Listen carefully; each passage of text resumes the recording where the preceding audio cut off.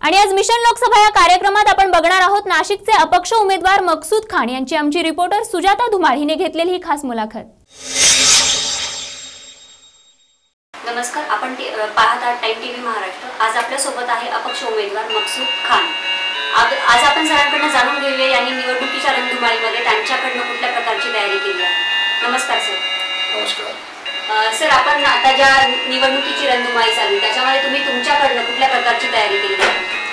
मी माझ्याकडून तयारी अशी केली आहे की लोकांपर्यंत आम्ही पोहोचतोय आणि लोकांकडे पोहोचल्यानंतर माझे जे काही विचार आहेत ते लोकांपाशी जे आहे समोर ठेवतो। त्याच्यामध्ये लोक किती प्रतिसाद देतात हे येणाऱ्या 16 मेला दिसूनच येणार आहे। कारण 24 तारखेला 24 एप्रिलला होणार 2014 मध्ये जे इलेक्शन आहे सर्व पक्ष फार चांगलं काम यांनी आजपर्यंत केलेले म्हणून मी अपक्ष उभा राहिलेलो आहे। आणि लोकांना अक्षरशः सगळ्या पक्षांच्या वतीने हे मोठमोठे वादे मिळालेले आहे।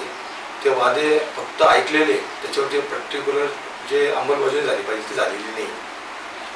आज ती अंमलबजावणी कोणत्या पद्धतीने झाली पाहिजे याच्याकरता अपक्ष व्यक्ती जो आहे याच्यावरती कोणाचा प्रेशर नाही राहत आणि तो त्याच्या स्वतः अनुसार निर्णय घेऊ शकतो। आणि जे जनतेने निवडून दिलेला असतो उमेदवार, तर ते जनतेने निवडून दिलेला उमेदवार जनतेचे विचार हे वरपर्यंत पोहोचू शकतात। कारण आज खासदारचं जे आहे नेमोळी बनवणे, आत्तापर्यंत नाशिकमध्ये जितके मोठमोठे पक्षाचे खासदार होऊन गेलेले त्यांनी ते फक्त निवडणूकमध्ये आलेले, निवडणुकीनंतर त्यांचे तोंड सुद्धा आम्हाला दिसलेले नाही वेळेवरती। आणि आम्ही जे अपक्ष उभं राहिलेलो आहे हे जनतेच्या भरोश्यावर उभं राहिलेलो आहे आणि या वेळेला जनता हे दाखवून देईल की सत्तेची जीत जी आहे ती नक्की होईल। आपण सरांकडून जाणून घेतली की त्यांनी कुठल्या प्रकारची तयारी केलेली आहे। सर, माझा दुसरा प्रश्न असा आहे की आता तुम्ही ज्या प्रचार सभा किंवा जनतेसाठी रॅल्या काढता निवडणुकीसाठी तुमच्या तयारीसाठी, त्याच्यामध्ये जनतेची तुमच्याबद्दलची काय प्रतिक्रिया आहे? मॅडम, सगळ्यात पहिले असं की आम्ही काय मोठ्या प्रमाणात रॅल्या वगैरे काढत नाही। आम्ही एक नवीन धोरण अंमलबजावणी करतोय आणि धोरण स्पष्ट आहे। ज्या प्रकारे सलमान खानचा पिक्चर आला होता जय हो, तर मी एक नवीन पद्धतीने प्रचार करतोय की माझे विचार आता मी जे पॅम्पलेट वाटप करणार आहे तर त्या पॅम्पलेटमध्ये हेच आहे की एकदा जो व्यक्ती पॅम्पलेट वाचणार आहे तर त्यांनी कमीत कमी त्याच्या नातेवाईक मित्रमंडळीला त्याच्या पर्यायाने त्याच्या स्वखुशीने SMS करणे, लोकांपर्यंत माझे विचार पाठवणे, हे मी एक सेवक उभं राहतोय जनतेचे काम करण्याकरता। मी त्यांचा नोकर म्हणून उभं राहतोय। तर मी मोठ्या प्रमाणात रॅली काढू किंवा शक्ती प्रदर्शन करू किंवा लोक भाड्याने आणू याचा काही उपयोग नाही। लोक अक्षरशः काय करतात की रॅलीमध्ये शक्ती प्रदर्शन करतात, छोटे मोठे गोरगरिबांना बोलवतात, त्यांना जे आहे ते पैसे देतात।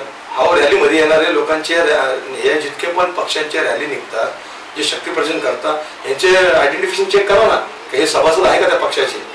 रॅलीमध्ये चेक करा, जे एका पक्षाच्या रॅली दिसतात ते दुसऱ्या पक्षाच्या रॅली तेच लोक दिसतात। हे शक्ती प्रदर्शन अक्षरशः लोकांना वेळात काढण्यासारखं आहे। लोकांना आज लोक वेडे राहिलेले नाही, लोकांना समजूत आलेली आहे आणि लोकांना आज येणारं भविष्य जे आहे लोकांच्या लक्षात आलेले आज आपण जे पेरणार आहे ते उद्या उगणार आहे। तुम्ही आज बाजरी पेरल्यानंतर उद्या तांदळाची अपेक्षा करणार, हे तांदूळ येणार नाही तर बाजरीच येणार आहे। तर त्याच्यामुळे आज जे लोकांना समजलेलं आहे, लोक ह्या वेळेला आत्तापर्यंत नाशिकमध्ये अपक्ष उमेदवारांना आलेलं नाही निवडून। ह्या वेळेला मी तुम्हाला खात्रीशी सांगतो का जनतेचा कौल हे राहणार आहे की अपक्ष उमेदवार मकसूद खान मी स्वतः निवडून येईल जनतेच्या आणि बहुमताने निवडून येईल। नक्कीच सर, आमच्याकडून तुम्हाला शुभेच्छा। आणि सर, माझा तिसरा प्रश्न असा आहे की आता तुम्ही खासदार म्हणून निवडून आल्यानंतर जनतेसाठी कुठल्या प्रकारची जशी बेरोजगारांना संधी देणं आहे किंवा स्लम एरियामध्ये पाणी आणणं आहे किंवा तिथल्या ज्या स्वच्छतेसाठी बघणं आहे, अशा कुठल्या प्रकारची प्रायमरी लेवलची कामं तुम्ही करणार आहात? मॅडम, मी जनतेने मला निवडून आल्यानंतर मी सगळ्यात महत्त्वाचा एक माझे विचार असे मी प्रकट केले जनतेसमोर की प्रत्येक एरियामध्ये एक कालावधी आम्ही नियोजन केलेलं आहे।